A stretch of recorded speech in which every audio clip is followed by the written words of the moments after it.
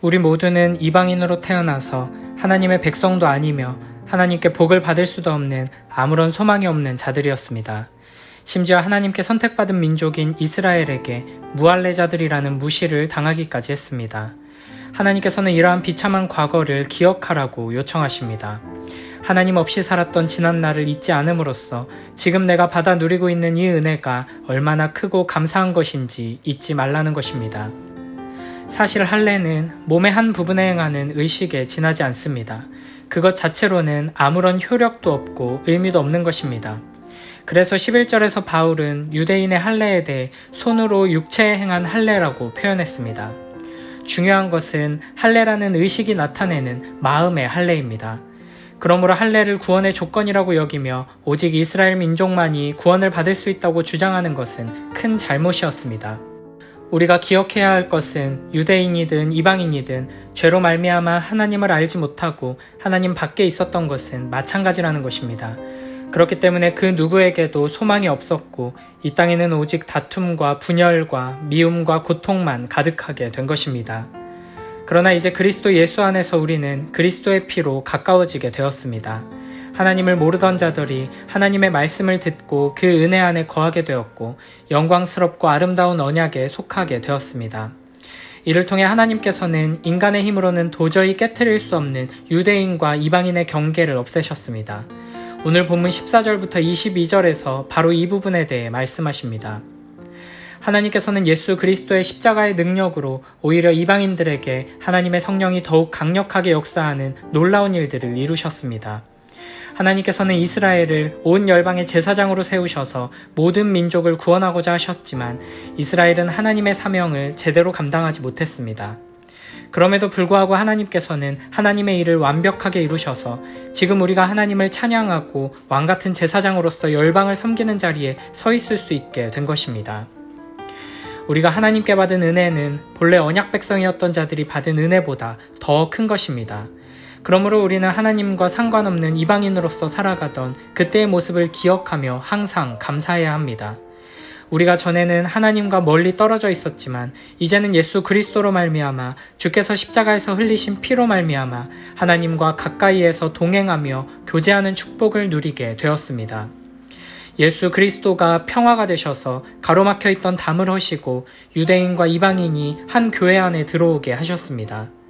예수 그리스도로 말미암아 유대인과 이방인을 구분짓던 율법이 더 이상은 걸림돌이 되지 않게 되었고 모든 이들이 예수 그리스도 안에서 한 몸이 된 것입니다. 이제 온 세계 모든 민족이 성령으로 하나가 되어 한 분 하나님을 섬기며 예배하는 시대가 되었습니다. 14절에서 바울은 예수님께서 우리의 화평이 되신다고 말합니다. 서로 미워하고 싸우고 다투고 분열하고 전쟁하는 이 세상 가운데 참된 화평은 오직 예수 그리스도로 말미암아 예수 그리스도의 사랑으로만 이루어질 수 있습니다. 많은 사람들이 세상에 가득한 분열의 문제를 해결하려고 합니다. 다양한 방식으로 나라와 나라를 하나로 연합시키려 하고 사람과 사람을 연결하고 하나 되게 하려고 합니다. 그러나 이 세상의 그 무엇으로도 돈이나 철학이나 과학이나 종교나 심지어는 인간의 어떤 사랑으로도 사람과 사람을 참으로 하나로 이을 수는 없습니다. 오직 예수 그리스도 안에서만 예수 그리스도의 십자가에서 나타난 영원한 하나님의 사랑으로만 사람들은 하나가 될 수 있고 이 세상은 참된 평화를 맛볼 수 있습니다.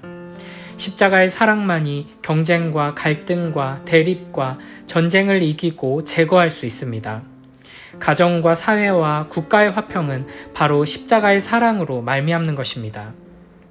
예수님께서는 진실로 하나님과 죄인 사이의 화평이 되시고 사람과 사람 사이의 화평이 되십니다. 예수님이 없으면 하나님과 죄인의 화평도 없고 사람과 사람 사이의 화평도 없고 사람과 자연 사이의 화평도 없습니다. 우리 주 예수 그리스도께서는 둘을 하나로 만드신 분이십니다. 하나님과 사람 사이에 죄로 막힌 벽을 허무시고 사람과 사람 사이의 벽을 허무신 분이십니다. 분리와 불화의 벽을 허무시기 위해 예수님께서는 십자가 위에서 죽으셨습니다. 골로새서 1장 20절 말씀입니다. 그의 십자가의 피로 화평을 이루사 만물 곧 땅에 있는 것들이나 하늘에 있는 것들이 그로 말미암아 자기와 화목하게 되기를 기뻐하심이라. 아멘. 죄인이 하나님과 화목하기 위해서는 먼저 율법의 요구를 충족해야 합니다. 그런데 율법은 죄인에게 죽음의 법이기에 사망을 요구합니다. 이러한 요구를 충족하기 위해 예수님께서 우리를 대신해 십자가를 지시고 죽으신 것입니다. 그렇게 함으로써 법조문으로 된 계명의 율법을 폐하셨습니다. 15절에서 바울은 예수님께서 자기 안에서 한 세 사람을 지어 화평하게 하시고 라고 말합니다. 여기서 세 사람은 거듭난 영혼, 복음 안에서 하나님의 형상으로 회복된 사람을 의미합니다. 또한 그리스도 안에서 둘이 하나가 된 공동체를 의미합니다. 모든 하나님의 사람들이 그리스도 안에서 각각 지체로 참여하여 하나의 공동체를 이룬다는 것입니다. 본래 하나님께서는 사람을 지으실 때 남자와 여자로 지으셨습니다. 그리고 한 남자와 한 여자가 결혼언약 안에서 한 몸을 이루게 하셨습니다. 한 사람의 남자, 한 사람의 여자 안에도 분명 하나님의 형상이 있지만 한 남자와 한 여자가 하나님의 사랑 안에서 한 몸을 이룰 때, 공동체를 이룰 때 진정으로 하나님의 형상의 영광을 드러내도록 창조하신 것입니다. 이런 관점에서 우리는 결코 혼자가 아님을 기억해야 하며 항상 거룩한 공동체를 추구하는 삶으로 나아가야 합니다. 그리스도 예수로 말미암아 거듭난 하나님의 자녀들은 홀로 존재하지 않고 홀로 존재할 수도 없습니다. 우리는 서로 분리되지 않고 그리스도 예수의 공동체적 몸, 이 세상 사람들이 한 번도 생각하지 못했던 새로운 사람을 이루어야 하는 것입니다. 잠언 18장 1절에서는 이렇게 말씀하십니다. 무리에게서 스스로 갈라지는 자는 자기 소욕을 따르는 자라 온갖 참 지혜를 배척하느니라. 아멘. 그리스도 안에서 함께 교제하며 사랑의 관계 안에 거하는 일 없이 스스로 갈라지는 자가 되면 온갖 참 지혜를 배척하는 어리석은 자가 될 수밖에 없습니다. 오직 공동체의 한 지체로서 공동체 안에 있을 때에 참된 지혜자가 될 수 있는 것입니다. 교회 안에는 출신과 배경이 다르고 생각과 경험이 다른 다양한 사람들이 함께하기에 아픔과 갈등과 대립이 발생할 수밖에 없습니다. 그러나 바로 그때가 변화와 성장의 시간입니다. 잠언 27장 17절에서는 이렇게 말씀하십니다. 철이 철을 날카롭게 하는 것 같이 사람이 그의 친구의 얼굴을 빛나게 하느니라. 아멘. 하나님께서는 사람을 날카롭게 다듬기 위해 하나님의 형상으로 온전히 회복시켜서 이 세상에 귀하게 쓰임받는 도구로 만드시기 위해 공동체 안에서 또 다른 사람을 사용하십니다. 우리가 하나님의 공동체적 몸임을 믿고 공동체 안에서 지속적으로 인격적인 교류를 가지며 사랑하기 위해 힘쓰고 또 사랑받으며 자라갈 때 우리는 그 관계 속에서 주님을 닮아가는 은혜를 누리게 될 것입니다. 공동체를 통해 우리를 주님의 몸으로 빚으시고 새로운 사람으로 자라게 하시는 주님을 신뢰하며 의지하는 복된 우리 모두가 되길 축복합니다. 공동체 안에서 서로의 다름을 인정하고 용서하고 사랑으로 섬기기 위해 힘쓰며 분투하는 복된 우리 모두가 되길 축복합니다. 16절에서는 십자가로 유대인과 이방인을 한 몸으로 하나님과 화목하게 하신다고 말합니다. 유대인과 이방인 사이에는 막힌 담이 있었습니다. 이를 가장 잘 보여주는 장면이 성전의 구조입니다. 하나님께서는 이스라엘을 통해 온 세상 모든 나라, 모든 민족이 하나님께로 나아오도록 하기 위해 성전을 주셨지만 유대인들은 성전을 통해 오히려 유대인과 이방인을 구분하고 이방인들을 배척했습니다. 성전의 중심에는 성소가 있었고 가장 안쪽에는 레위인들만 들어갈 수 있는 공간, 그 바깥으로는 유대인 남자만 들어올 수 있는 공간이 배치되어 있었고 그 뒤에 유대인 여자들을 위한 공간이 있었습니다. 그리고 성전의 가장자리 공간에는 이방인의 뜰이 마련되어 있었지만 이곳은 하나님을 만나거나 예배드리는 공간이 아니었습니다. 예수님 시기에는 심지어 이 공간에 온갖 장사하는 사람들이 가득 차 있었고 이에 예수님께서는 진노하시며 그들을 내쫓으셨습니다. 사도행전에는 바울이 이방인을 데리고 성전에 들어갔다는 잘못된 소문으로 인해 죽임을 당할 뻔한 일도 기록되어 있습니다. 이렇게 죄는 하나님과 사람 사이를 가로막았을 뿐 아니라 유대인들과 이방인 사이를 가로막아 이방인들을 하나님께로 나아오지 못하게 만들었고 유대인들도 이로 인해 참으로 하나님 앞에 서지 못하게 만들었습니다. 그러나 이 모든 막힌 담이 예수 그리스도의 십자가에서 무너지게 되었습니다. 하나님께로 나아가는 데 있어 유대인이냐 이방인이냐 하는 차이가 사라지게 된 것입니다. 예수님께서는 이방인을 유대인으로 만들거나 유대인을 이방인으로 만들지 않으셨습니다. 이제 그 둘은 예수님 안에서 한 새 사람으로 창조되었습니다. 이전에 존재하지 않았던 완전히 새로운 존재로 거듭나게 된 것입니다. 우리는 그리스도의 몸인 교회가 바로 이런 존재, 한 새 사람임을 항상 기억해야 합니다. 교회는 예수 그리스도의 십자가로 한 몸이 되어 하나님께로 나아가는 공동체인 것입니다. 십자가로 우리를 한 몸으로 만드셨다는 말은 우리가 예수님을 믿고 구원받는 순간 이미 한 몸이 되었다는 의미입니다. 우리는 그리스도 안에서 한 새 사람, 교회가 되었습니다. 우리는 한 성령 안에서 아버지 하나님께 나아갑니다. 이것은 이미 우리에게 주어진 정체성이며 영광스러운 사명입니다. 마태복음 10장 38절에서는 이렇게 말씀하십니다. 또 자기 십자가를 지고 나를 따르지 않는 자도 내게 합당하지 아니하니라. 아멘. 모든 사람들을 십자가의 사랑으로 사랑하며 화평을 이루지 못하는 사람은 주님께 합당하지 않다는 것입니다. 바울은 갈라디아서 2장에서 자신이 그리스도 예수와 함께 십자가에 못 박혔으며 그래서 이제는 내가 사는 것이 아니요 오직 내 안에 그리스도께서 사시는 것이라고 말합니다. 또한 그리스도 예수의 사람들은 육체와 함께 그 정욕과 탐심을 십자가에 못 박았다고 말합니다. 우리 모두는 자기를 낮추시고 죽기까지 복종하신 주님을 따르는 삶을 살아야 합니다. 이와 같이 주님의 마음을 품고 주님을 따라 겸손과 순종으로 낮아짐과 사랑으로 나아갈 때 비로소 모두와 화목할 수 있고 심지어는 원수와도 화목할 수 있게 될 것입니다. 이런 삶이야말로 참으로 하나님의 영광을 드러내는 삶이라고 할 수 있습니다. 잠언 16장 7절에서는 이렇게 말씀하십니다. 사람의 행위가 여호와를 기쁘시게 하면 그 사람의 원수라도 그와 더불어 화목하게 하시느니라. 아멘. 온전한 순종으로 하나님을 기쁘시게 하셔서 우리 같은 원수들도 하나님과 화목하게 만드신 예수 그리스도께서 참으로 우리 안에 사신다면 우리는 원수라도 사랑할 수 있고 화평을 이룰 수 있을 것입니다. 이사야 9장 6절에서는 예수님을 평강의 왕이라 부릅니다. 예수님의 탄생에 대해 누가복음 2장 14절에서는 천사들이 이렇게 노래합니다. 지극히 높은 곳에서는 하나님께 영광이요 땅에서는 하나님이 기뻐하신 사람들 중에 평화로다 하니라. 아멘. 이렇게 사람들에게 평안을 전하는 것이 예수님께서 이 땅에 오신 목적이었습니다. 그래서 17절에서는 이렇게 말씀하십니다. 또 오셔서 먼데 있는 너희에게 평안을 전하시고 가까운 데 있는 자들에게 평안을 전하셨으니 아멘. 여기서 먼데 있는 너희는 에베소 성도들과 같은 이방인들을 가리키고 가까운 데 있는 자들은 유대인을 가리키는 말입니다. 우리 눈에 보기에 주님과 멀리 있든 좀 더 가까이에 있든 상관없이 스스로 평안을 찾을 수 있는 자는 아무도 없었습니다. 모두에게 평안이 필요했고 오직 예수 그리스도만이 그들 모두에게 평안을 전하실 수 있으셨고 그렇게 하셨던 것입니다. 갈라디아서 3장 28절에서 바울은 이렇게 말합니다.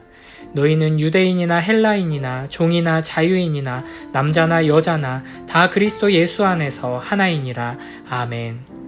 모든 사람들이 그리스도 안에서는 하나이고 또 하나여야 합니다. 이를 위해 바울은 유대인과 이방인, 종이나 자유인, 사회적 지위가 높은 사람이나 비천한 사람 모두에게 화평의 복음에 대해 빚쟁이가 되었다고 말합니다. 이처럼 우리도 어디에서 무엇을 하든 주님의 평안을 전하는 자로 살기 위해 힘써야 할 것입니다. 로마서 12장 18절에서는 이렇게 말씀하십니다. 할 수 있거든 너희로서는 모든 사람과 더불어 화목하라. 아멘. 이어서 18절에서는 이렇게 말씀하십니다.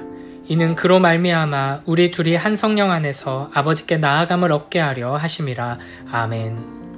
하나됨의 목적은 바로 아버지 하나님께 나아가는 것에 있습니다. 우리는 성령 안에서 하나가 될 때 아버지 하나님께 나아갈 수 있습니다. 다른 하나님의 사람들과 더불어 화목하지 않으면 아버지 하나님께 나아갈 수 없습니다.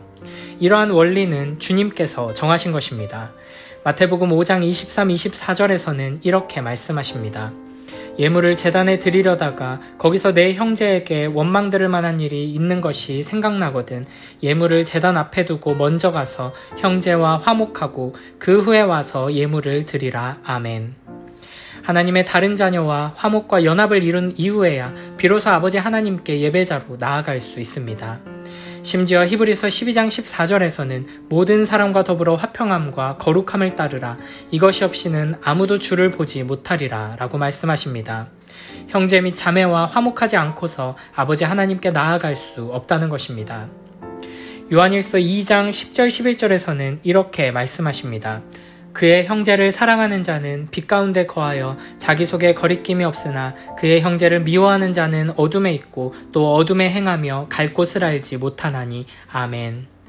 우리가 어둠 가운데서 은밀하고 부끄러운 일을 행하는 이유, 우리가 어디로 가야 할 것인지를 알지 못하는 이유가 사랑의 부재와 결핍에 있다는 것입니다.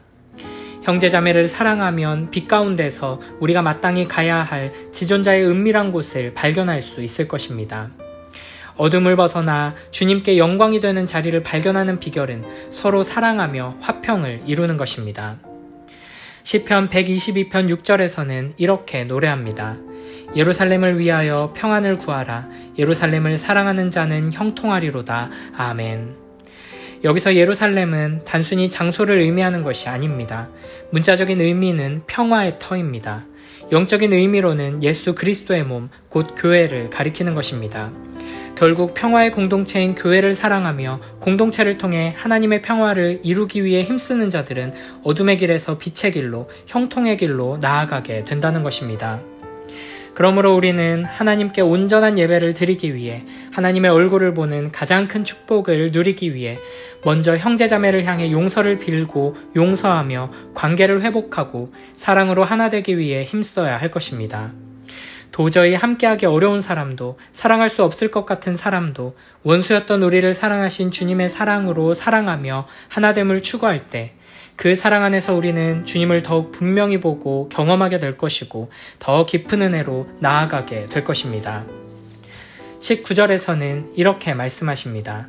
그러므로 이제부터 너희는 외인도 아니요 나그네도 아니요 오직 성도들과 동일한 시민이요 하나님의 권속이라. 아멘. 19절에 권속이라고 번역된 말은 가족이라는 뜻입니다. 교회는 그리스도의 피로 맺어진 새로운 가족입니다. 나는 그리고 우리는 더 이상 낯선 나그네나 손님이 아니고 하나님의 거룩한 백성으로 한 가족, 하나님의 가족임을 기억해야 합니다. 교회 안에는 다양한 사람들이 있지만 모두가 동일한 하늘 시민이고 한 가족입니다. 마가복음 3장에 보면 주님께서 말씀을 전하고 계실 때 어머니와 동생들이 예수님을 찾아온 적이 있습니다. 그때 주님께서는 누가 내 어머니이며 동생들이냐 물으시고는 주위를 둘러앉은 자들을 보시며 이렇게 말씀하셨습니다. 내 어머니와 내 동생들을 보라. 누구든지 하나님의 뜻대로 행하는 자가 내 형제요 자매요 어머니이니라. 아멘. 이렇게 예수님께서는 우리에게 새로운 가족을 주십니다. 예수님께서는 우리에게 단순히 너희가 이제 가족이 되어라 라고 명령하시는 것이 아닙니다. 너희는 가족이다 라고 선언하시는 것입니다. 디모데전서 5장 8절에서는 이렇게 말씀하십니다. 누구든지 자기 친족, 특히 자기 가족을 돌보지 아니하면 믿음을 배반한 자요 불신자보다 더 악한 자니라. 아멘. 이 세상에서도 자기 가족을 돌보지 않는 자를 악하다 합니다. 하물며 예수 그리스도의 보배로운 피로 맺어진 이 새로운 가족의 구성원들을 돌보는 책임을 다하지 않는다면 그것은 주님께서 주신 은혜를 저버리는 일이고 우리를 가족 삼아 주신 하나님을 무시하는 행동일 것입니다. 요한복음 13장 34, 35절에서는 이렇게 말씀하십니다. 새 계명을 너희에게 주노니 서로 사랑하라. 내가 너희를 사랑한 것 같이 너희도 서로 사랑하라. 너희가 서로 사랑하면 이로써 모든 사람이 너희가 내 제자인 줄 알리라. 아멘. 하나님께서 맺어주신 이 영적인 가정 안에서 서로 사랑하며 예수 그리스도의 몸된 교회를 세워갈 때 세상은 우리의 서로 사랑하는 모습을 보고 예수 그리스도의 아름다움을 보게 될 것입니다. 요한일서 3장 16절에서는 이렇게 말씀하십니다. 그가 우리를 위하여 목숨을 버리셨으니 우리가 이로써 사랑을 알고 우리도 형제들을 위하여 목숨을 버리는 것이 마땅하니라. 아멘. 주님께서 우리에게 명령하신 사랑은 단순히 세상적인 사랑, 감정적인 사랑, 부모와 자식 간의 사랑 정도가 아닙니다. 하나님의 가족들 간에 이루어져야 하는 사랑은 자기 목숨을 내어주신 예수님의 사랑이며 자기 아들을 내어주신 하나님의 사랑입니다. 하나님께서 우리를 그리스도 안에서 가족으로 만드셨음에 감사하며 교회 공동체 안에서 가족됨을 이루기 위해 더욱 사랑하고 또 사랑하는 복된 우리 모두가 되길 축복합니다. 20절에서는 우리가 하나님의 가족이 되는 원리에 대해 말합니다. 너희는 사도들과 선지자들의 터 위에 세우심을 입은 자라. 그리스도 예수께서 친히 모퉁이 돌이 되셨느니라. 아멘. 바울은 선지자들 및 사도들이 가르친 하나님의 진리가 우리의 정체성을 지탱하는 기초가 되어야 한다고 말합니다. 구약과 신약의 모든 말씀을 바르게 알고 우리의 인격과 삶으로 존중하지 않으면 우리의 정체성이 무너질 수 있다는 것입니다. 오직 하나님의 말씀을 사랑하는 마음으로 부지런히 주야로 묵상할 때 하나님을 아는 지식의 분량대로 성장할 수 있게 될 것입니다. 이와 같은 진리의 터 위에 예수 그리스도께서 모퉁이 돌이 되십니다. 모퉁이 돌은 잘 다듬어진 사각형의 커다란 돌로서 건물의 토대의 모서리에 놓여지며 전체 건물의 기초와 형태를 결정짓고 동시에 벽들을 세우는 가장 중요한 초석입니다. 이는 예수님께서 교회의 기초가 되시며 기준이 되신다는 의미입니다. 마가복음 12장 10절에서 예수님께서는 건축자들의 버린 돌이 모퉁이의 머릿돌이 되었나니라고 말씀하시면서 스스로의 정체성을 분명하게 밝히셨습니다. 우리가 모퉁이의 머릿돌이 없는 건물을 상상할 수 없듯이 그리스도 없는 하나님의 성전을 우리는 결코 상상할 수 없습니다. 그래서 21절에서는 우리가 그 안에서 건물마다 서로 연결하여 주 안에서 성전이 되어간다고 말씀하시는 것입니다. 22절에서는 너희도 성령 안에서 하나님이 거하실 처소가 되기 위하여 그리스도 예수 안에서 함께 지어져 가느니라 라고 말씀하십니다. 우리가 하나님이 거하시는 처소가 되기 위하여 그리스도 예수 안에서 함께 지어져 가는 것은 성령 안에서의 일입니다. 성령을 떠나서는 하나님의 성전으로 지어져 갈 수 없습니다. 그러므로 우리는 성령의 능력을 더욱 간절히 구하며 성령께서 주시는 지혜를 따라 더욱 사랑하며 섬기기 위해 힘써야 할 것입니다. 여기서 중요한 것은 바울이 교회를 너희라고 부르며 예수 그리스도 안에서 함께 지어져 간다고 말하며 공동체성을 강조하고 있는 것입니다. 그래서 고린도전서 3장 16, 17절에서도 이렇게 말씀하십니다. 너희는 너희가 하나님의 성전인 것과 하나님의 성령이 너희 안에 계시는 것을 알지 못하느냐. 누구든지 하나님의 성전을 더럽히면 하나님이 그 사람을 멸하시리라. 하나님의 성전은 거룩하니 너희도 그러하니라. 아멘. 물론 우리 한 사람 한 사람이 각각 하나님의 성전입니다. 우리의 몸이 하나님께서 거하시는 성전입니다. 그러나 바울은 여기에서 우리 모두가 함께 공동체를 이루어 하나님의 성전으로 지어져 간다는 것을 더욱 강조하고 있습니다. 우리 모두는 함께 하나님의 성전으로 지어져 가고 있으며 각자는 성전의 한 부분으로 참여하고 있습니다. 우리들 중 누구도 성전에 불필요한 존재는 없습니다. 성전에서 각자에게 맡겨진 고유한 역할이 있기에 각각의 개인을 그 무엇으로도 대체할 수 없는 것입니다. 그러므로 우리는 하나님의 성전을 세우기 위해서는 한 사람의 영웅이 필요한 것이 아니라 각자가 그리스도 예수에게 연결되어 서로 협력하며 사랑으로 하나 되는 공동체의 연합이 필요하다는 것을 항상 기억해야 합니다. 하나님의 거룩한 성전은 건물이 아닙니다. 성전은 하나님의 영원한 택하심을 따라 부르심을 받은 자들로 구성되어 있습니다. 그 성전의 모퉁이 돌은 그리스도 예수시고 선지자들 및 사도들은 성전의 기초이며 기도와 말씀으로 섬기는 목회자들과 직분자들은 성전에서 일하는 사환이며 모든 성도들은 다른 누구에 의해서 대체될 수 없는 성전의 고유한 부분입니다.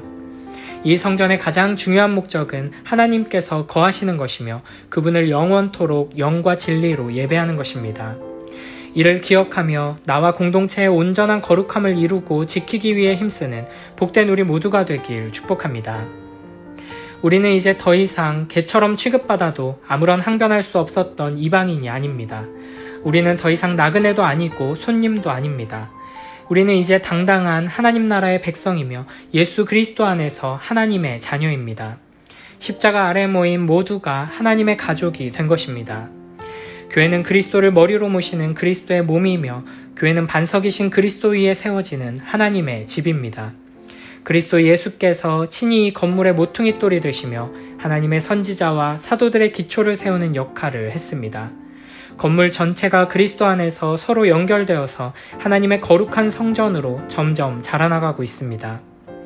우리는 우리가 교회로 모이게 되기까지 하나님께서 우리에게 베풀어 주신 은혜와 그 놀라운 하나님의 능력의 역사를 잊지 말아야 합니다. 그 은혜가 얼마나 큰지 우리의 머리로는 도저히 다 이해할 수 없을 만큼 크고 놀라운 은혜를 우리는 이미 받았고 누리고 있습니다. 그러므로 우리는 하나님의 말씀을 계속해서 붙들고 묵상하며 순종하고 하나님께 감사하며 하나님과 동행하기를 게을리하지 말아야 합니다. 또한 에베소서에서 교회를 예수 그리스도의 몸으로 표현하고 또 하나님 안에서 자라나는 성전이라고 표현한 것을 기억해야 합니다. 그리고 교회인 우리는 모두가 하나님 나라의 백성이며 하나님 안에서 한 가족임을 잊지 말아야 합니다. 교회인 우리가 함께 모여 예배드리고 교제를 나누는 우리의 공동체가 진정 그리스도를 머리로 모시는 그리스도의 몸으로서 존재하고 있는지 살펴봐야 합니다. 그리스도의 몸이라면 그리스도께서 하신 일을 해야 합니다.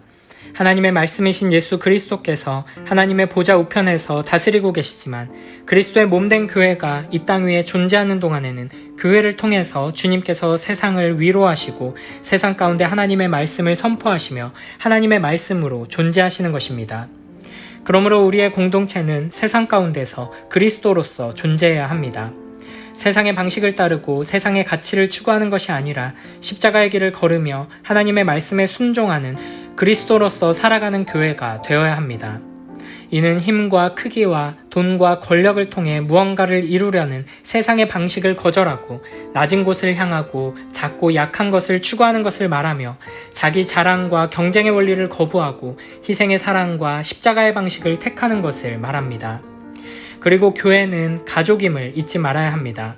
세상의 대기업과 같은 교회, 정치단체와 같은 교회, 사교 모임과 같은 교회, 문화센터와 같은 교회는 하나님께서 말씀하시는 교회가 아닙니다. 우리는 하나님의 가족으로서 예수님이 이루신 평화와 가족적인 사랑을 드러내는 건강한 교회로서 함께 사랑하며 예배하며 그렇게 살아야 합니다. 비록 이 땅의 교회가 지금 여기에서 완전해질 수는 없지만 그럼에도 불구하고 우리는 하나님께서 우리에게 요구하신 수준을 우리의 목표로 삼고 하나님의 말씀을 우리의 기준 삼아 함께 지어져가는 공동체가 되어야 합니다. 서로의 삶을 통하여 긴밀하게 엮여서 함께 기뻐하고 슬퍼하고 아파하고 행복해하며 그렇게 성장하는 진정한 공동체의 모습을 꿈꾸며 이를 위해 기도하며 나아가야 합니다. 물론 우리의 힘으로 이룰 수 없다는 것을 인정하고 하나님의 역사하심을 구해야 하는 것은 당연합니다. 이 모든 구원의 역사는 하나님께서 이루셨습니다. 그리고 지금 우리를 보호하시며 인도하시는 분도 주님이시고 앞으로 완성하실 분도 주님이십니다. 그러므로 우리는 우리의 연약함을 바라보며 좌절하거나 포기하지 말고 하나님의 사랑과 능력을 의지하여 소망으로 기도해야 합니다.